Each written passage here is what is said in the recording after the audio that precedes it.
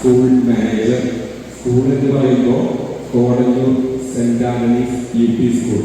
ഞാനിത് എന്തിനാണ് Kodannur Saint Antony's UP school എന്ന് പറഞ്ഞത് എന്ന് വെച്ചാൽ ഇവിടെ കുറച്ച് യൂട്യൂബേഴ്സൊക്കെ വന്നിട്ടുണ്ട്.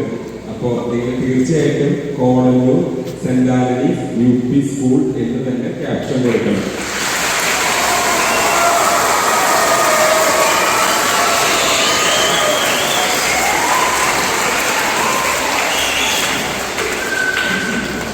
വേദിയിലിരിക്കുന്ന കോടന്നൂർ സെന്റ് ആന്റണീസ് സ്കൂളിന്റെ manager, head mistress, PTA president, മറ്റ് PTA അംഗങ്ങൾ, അതുപോലെ ഇവിടെ വന്നിരിക്കുന്ന രക്ഷിതാക്കൾ, എൻ്റെ ഏറ്റവും പ്രിയപ്പെട്ട ജൂനിയേഴ്സ് ആയിട്ടുള്ള കുട്ടികൾ, എല്ലാവരോടും എന്താണ് ഈ നിമിഷത്തിൽ എനിക്ക് പറയേണ്ടതെന്ന് സത്യമായിട്ടും അറിയില്ല. കാരണം വളരെ നാളുകൾക്ക് മുൻപാണ് ഞാനിവിടെ പഠിച്ചിരിക്കുന്നത്. വളരെ നാളുകൾക്ക് എന്ന് പറഞ്ഞാൽ കുറച്ച് ലോങ് ബാക്കാണ്. അപ്പോൾ അത് കഴിഞ്ഞ് പഠിക്കുന്ന കാലം കഴിഞ്ഞ് പിന്നീട് ഇവിടേക്ക് ഒരു ഗസ്റ്റായിട്ടൊക്കെ വരിക എന്ന് പറഞ്ഞിട്ടുണ്ടെങ്കിൽ അതിൽ പരം സന്തോഷം എനിക്ക് ജീവിതത്തിൽ കിട്ടാനില്ല.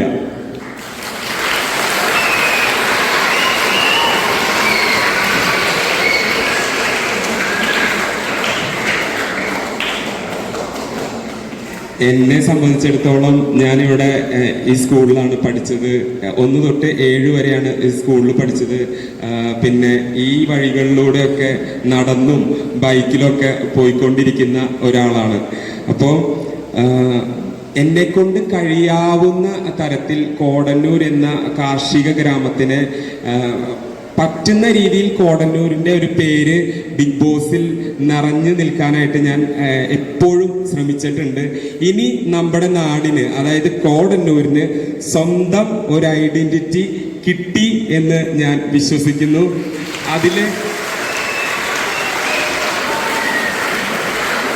അതിന് ഒരുപാട് സന്തോഷമുണ്ട്. ഇപ്പൊ ഞാൻ ബിഗ് ബോസിലുണ്ടായിരുന്നപ്പോൾ അവർക്ക് എന്നെ മറ്റ് സഹമത്സരാർത്ഥികൾക്ക് എന്നെ അറിയില്ല.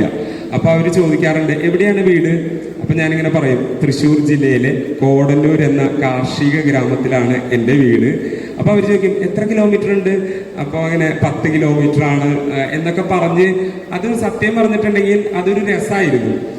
നമ്മുടെ നാടിനെ കുറിച്ച്, നമ്മുടെ കൾച്ചറിനെ കുറിച്ച്, നമ്മുടെ കാർഷിക സംസ്കാരത്തെ കുറിച്ച് ഒക്കെ എന്നാൽ കഴിയുന്ന രീതിയിൽ ഒക്കെ അവരോട് പറഞ്ഞു കൊടുക്കുക എന്ന് പറഞ്ഞിട്ടുണ്ടെങ്കിൽ എനിക്കും ഒരു രസകരമായിട്ടുള്ള ഒരു അനുഭവമായിരുന്നു.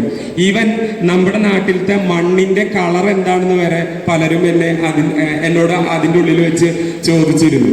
പിന്നെ ഏതൊക്കെ കൃഷികളാണ് ഉള്ളത്, നെൽകൃഷി, വാഴക്കൃഷി, തെങ്ങ്, കവുങ്ങ്, ജാതി തുടങ്ങി കുരുമുളക് തുടങ്ങി എന്തെല്ലാം വിശേഷങ്ങളാണ് സത്യത്തിൽ ഞാനും മറ്റുള്ളവരും തമ്മിൽ കമ്മ്യൂണിക്കേറ്റ് ചെയ്തതെന്ന് ഞാനിപ്പോൾ ഓർക്കാണ്.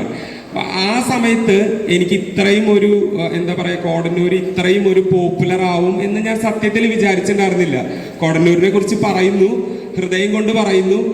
പക്ഷെ ഞാൻ വിചാരിച്ചതിനേക്കാൾ കൂടുതൽ ഉയരങ്ങളിലാണ് ഇപ്പോൾ കോടന്നൂർ നിൽക്കുന്നത്. എനിക്ക് വരുന്ന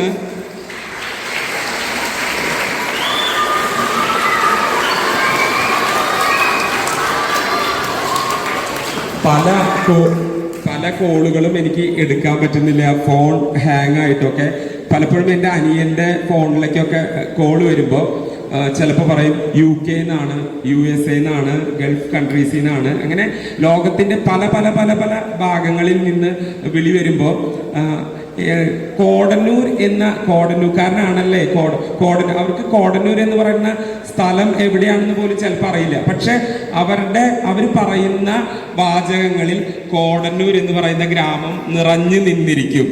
അതിൽ പരം ഒരു സന്തോഷം എൻ്റെ ജീവിതത്തിൽ ഇനി എനിക്ക് കിട്ടാനേ ഇല്ല. അപ്പം എന്തായാലും ഒരുപാട് സന്തോഷമുണ്ട്. ഞാനിങ്ങനെ അധികം അങ്ങനെ നീട്ടണമൊന്നുമില്ല. എനിക്ക് ഒരുപാട് സന്തോഷമുണ്ട് ഇവിടെ വന്നിരിക്കാനായിട്ട്. എനിക്ക് ഒരേ ഒരു കാര്യം മാത്രമേ പറയാനുള്ളൂ. നിങ്ങൾക്ക് എന്തെങ്കിലും ആഗ്രഹങ്ങളോ സ്വപ്നങ്ങളോ ഒക്കെ ഉണ്ടെങ്കിൽ അതൊന്നും കിട്ടില്ല എന്ന് വിചാരിക്കരുത്.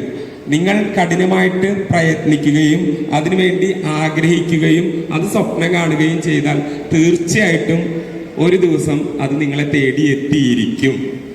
അത് ഉറപ്പാണ്.